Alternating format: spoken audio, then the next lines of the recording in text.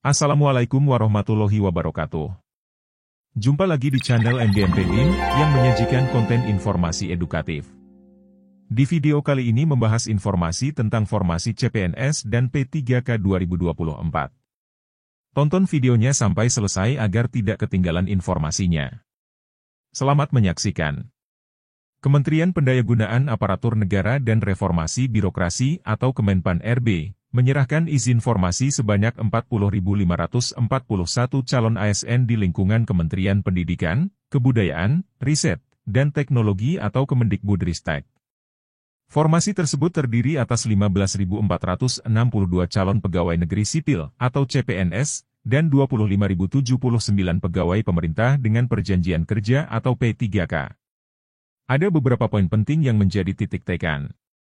Pertama, formasi ini menjadi bagian dari upaya penuntasan tenaga non-ASN atau honorer di seluruh unit kerja Kemendikbudristek, selain tentu formasi dalam skema luas di dunia pendidikan yang juga tersebar di Pemda, ujar Menteri Pan-RB Abdullah Azwar Anas seusai bertemu Mendikbudristek Nadiem Makarim, hari Senin tanggal 1 April.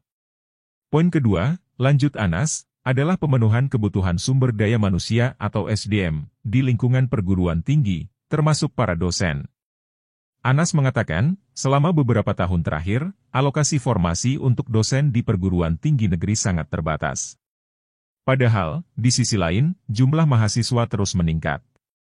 Tahun ini sesuai arahan Bapak Presiden, formasi untuk dosen diharapkan bisa optimal. Sudah kami diskusikan detail dengan Pak Nadiem Makarim, termasuk kami memberi saran soal beberapa teknis seleksi agar bisa menyerap jumlah formasi dosen secara optimal, ujar mantan Kepala Lembaga Kebijakan Pengadaan Barang Jasa Pemerintah atau LKPP tersebut. Ketiga, sambung Anas, adalah pemenuhan formasi untuk penempatan di Ibu Kota Nusantara atau IKN. Menteri Anas menyampaikan, arah kebijakan pengadaan calon aparatur sipil negara atau CASN tahun 2024 adalah fokus pada pelayanan dasar, yaitu guru dan tenaga kesehatan. Kemudian seoptimal mungkin menyelesaikan permasalahan tenaga non-ASN di instansi pemerintah. Arah kebijakan selanjutnya adalah dengan merekrut talenta-talenta baru atau fresh graduate melalui seleksi CPNS. Terakhir, mengurangi sedapat mungkin rekrutmen jabatan yang akan terdampak oleh transformasi digital. Sementara itu, Menteri Pendidikan, Kebudayaan, Riset, dan Teknologi atau Mendikbudristek, Nadiem Anwar Makarim menyampaikan apresiasi atas dukungan Kemenpan RB dalam berbagai upaya penataan manajemen SDM sektor pendidikan. Terima kasih kepada Kemenpan RB yang terus berkolaborasi bersama terkait penataan SDM, ujar Nadiem.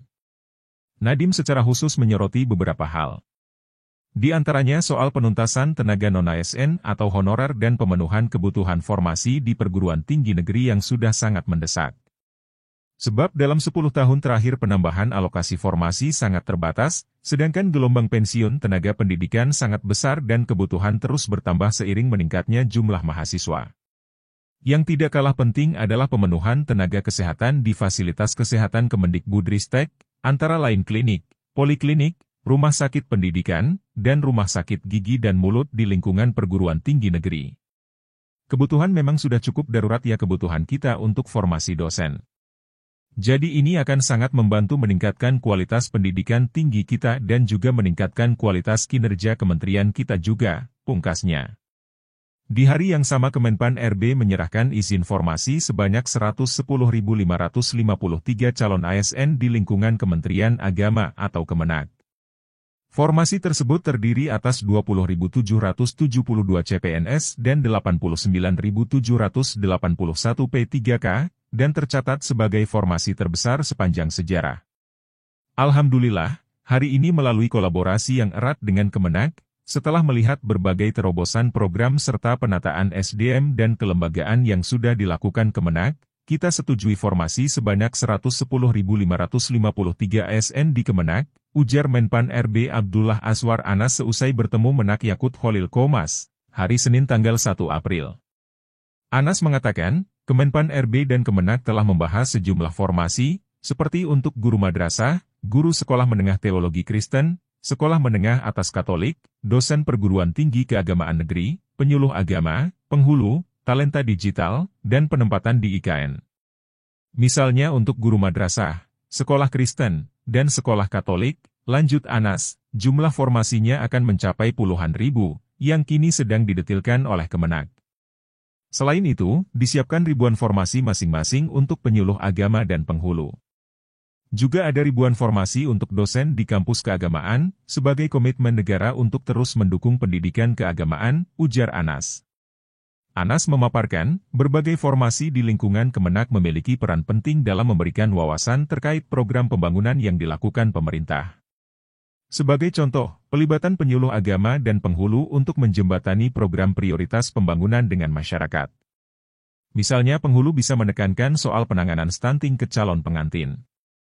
Kemudian penyuluh agama tentu saja harus terus intens mendorong moderasi beragama, tuturnya. Terima kasih yang sudah subscribe.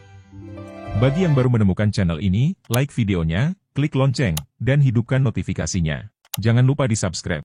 Selain itu, Anas juga mengapresiasi Kemenak telah mengalokasikan formasi untuk talenta digital dan penempatan IKN. Tadi saya lihat bagus sekali Pak Menak sudah siapkan untuk IKN.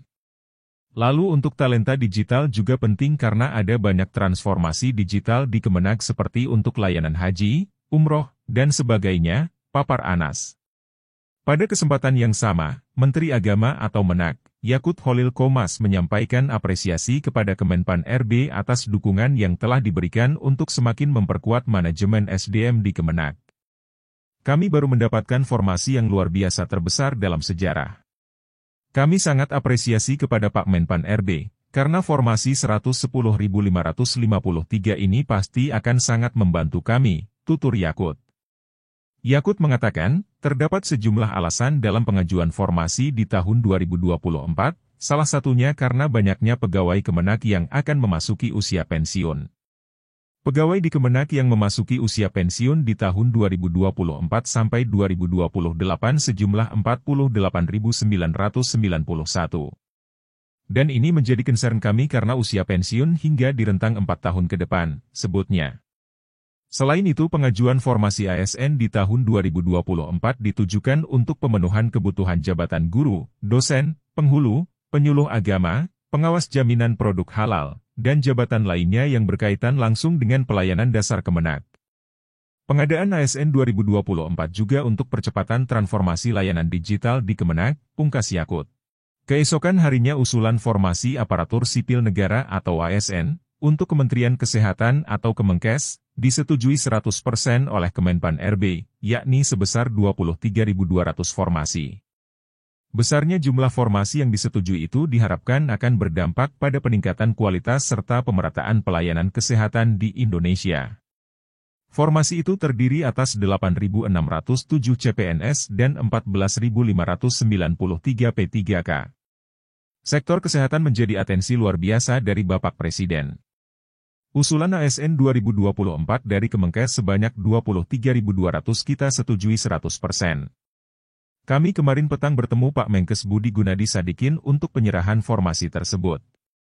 Kemenpan RB mendukung penuh upaya Kemenkes dalam upaya pemenuhan dan pemerataan SDM kesehatan di tanah air, ujar Menpan RB Abdullah Azwar Anas di Jakarta, hari Selasa tanggal 2 April.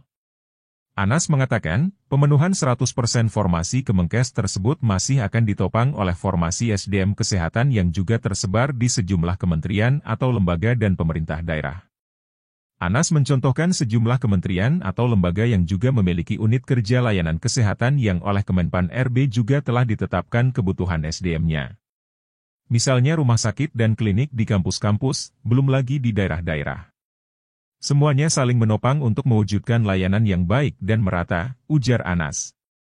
Anas menyebut, secara persentase, persetujuan formasi Kemenkes terbilang yang paling besar dibandingkan dengan instansi lain yang persetujuan formasinya rata-rata berkisar 70-80% dari usulan yang diajukan. Instansi lain yang persetujuan formasinya tinggi adalah Kemendikbudristek yakni sebesar 95%. Sebab, sektor kesehatan dan pendidikan adalah pelayanan dasar yang menjadi fokus pemerintah untuk meningkatkan kualitas SDM Indonesia. Secara khusus Anas juga menyampaikan skema insentif bagi tenaga kesehatan yang bertugas di daerah terluar, terdepan, dan tertinggal atau 3T. Skema insentif itu kini sedang digodok dalam rancangan peraturan pemerintah tentang manajemen ASN yang bakal rampung akhir April 2024. Kemarin juga kita bahas usul dari Pak Menkes bahwa telah dipetakan 148 kabupaten dan kota, termasuk di dalamnya 3T, yang beberapa dokter akan direkrut sebagai PNS Kemenkes, dibayar Kemenkes. Juga berkoordinasi dengan Kemenkeu karena terkait aspek pembiayaan, jelasnya. Di samping itu, Kemenpan RB memperhatikan pengadaan ASN Kemenkes yang akan ditempatkan di IKN. Harapannya, talenta-talenta baru atau talenta digital yang ditempatkan di IKN mampu mengembangkan pelayanan kesehatan di IKN dengan cepat. Menkes Budi Gunadi Sadikin berterima kasih atas perhatian yang diberikan Kemenpan RB. Ia mengapresiasi langkah Kemenpan RB yang membuka ruang bagi talenta digital sektor kesehatan. Beriringan dengan pembangunan perkantoran pemerintah di IKN, rumah sakit juga akan berdiri di IKN yang tentu membutuhkan tenaga kesehatan. Karena kebetulan kita bangun rumah sakit di IKN. Kebutuhan antara 800-1000 posisi. Pak Menpan RB alokasikan dengan cukup, ujar Budi. Demikian informasi tentang formasi CPNS dan P3K 2024. Semoga bermanfaat. Sekian, terima kasih. Wassalamualaikum warahmatullahi wabarakatuh.